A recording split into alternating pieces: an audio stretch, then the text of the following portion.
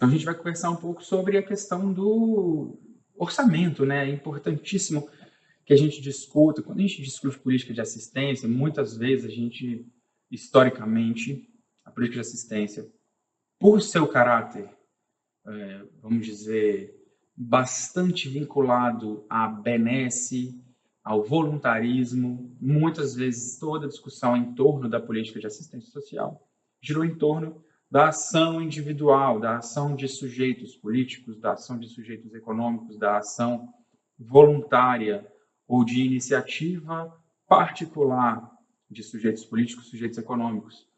E, bom, a Constituição do SUAS também um grande avanço aí para o enfrentamento das expressões da questão social no Brasil.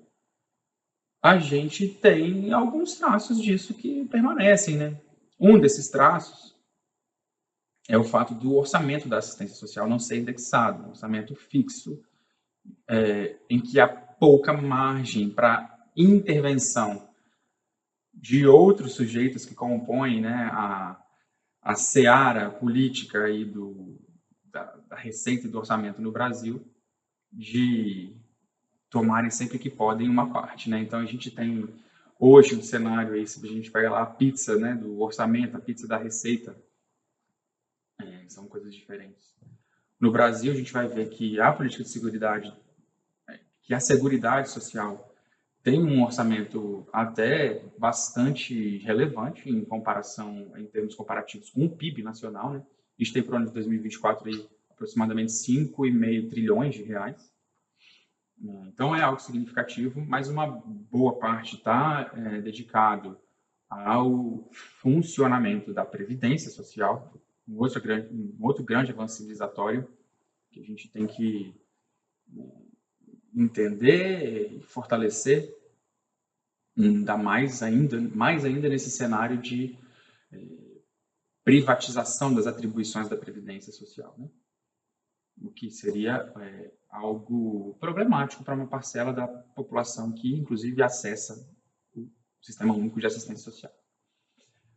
Outra parte importante da Seguridade Social, vinculada à política de saúde. Então, a gente tem hoje o SUS, um dos mais importantes sistemas de proteção e oferta de condições de acesso à saúde no planeta, né? É um exemplo aí para várias realidades, várias sociedades se baseiam em princípios e normativas do SUS para construir seus próprios sistemas ou mecanismos, se não sistêmicos, mecanismos de garantia ao direito à saúde.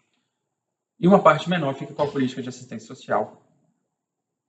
Eu não estou aqui fazendo ranking de importância, não se trata disso. Eu acho que a gente, ao longo do texto aí, vocês vão poder entender elementos em que a política de assistência, de saúde, de previdência, um dialoga com o outro.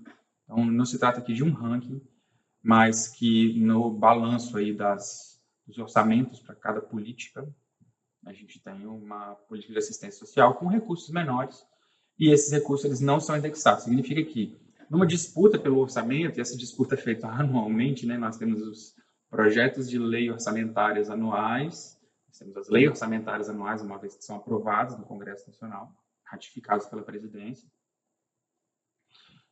Algumas políticas sociais têm orçamento indexado, então, uma parcela do PIB, né, como é o caso da educação, da própria saúde. Então, há pouca interferência de outros atores econômicos ali no orçamento dessas políticas. Não é o caso da assistência social.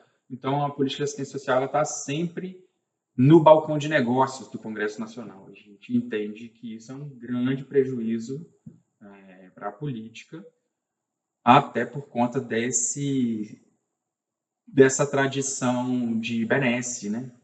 Então, por que termos uma política de assistência social com recursos, com volume suficiente para garantir a permanência das equipes de referência, né, para que não haja tanta rotatividade, para garantir a oferta de serviços adequados em vários territórios, para as populações mais necessitadas, né? A gente vai comentar um pouquinho no decorrer do curso sobre alguns segmentos da população que vem se utilizando cada vez mais da assistência social. Então, essa pergunta aparece no Congresso Nacional todo ano. E aí, onde é que esses recursos estão? Né? Esses recursos eles estão vinculados a outros sujeitos econômicos que compõem o orçamento do Tesouro Nacional. Então, a gente está falando aqui de mecanismos de pagamento e rolagem da dívida pública, pagamento e rolagem da dívida privada. Hoje, o Brasil está numa condição, já nos últimos 20 anos, aproximadamente, que não tem mais credores internacionais, como o Banco Mundial, o FMI, o pressionando tanto para o pagamento de dívidas, porque essa dívida ela foi tornada pública, né, foi publicizada.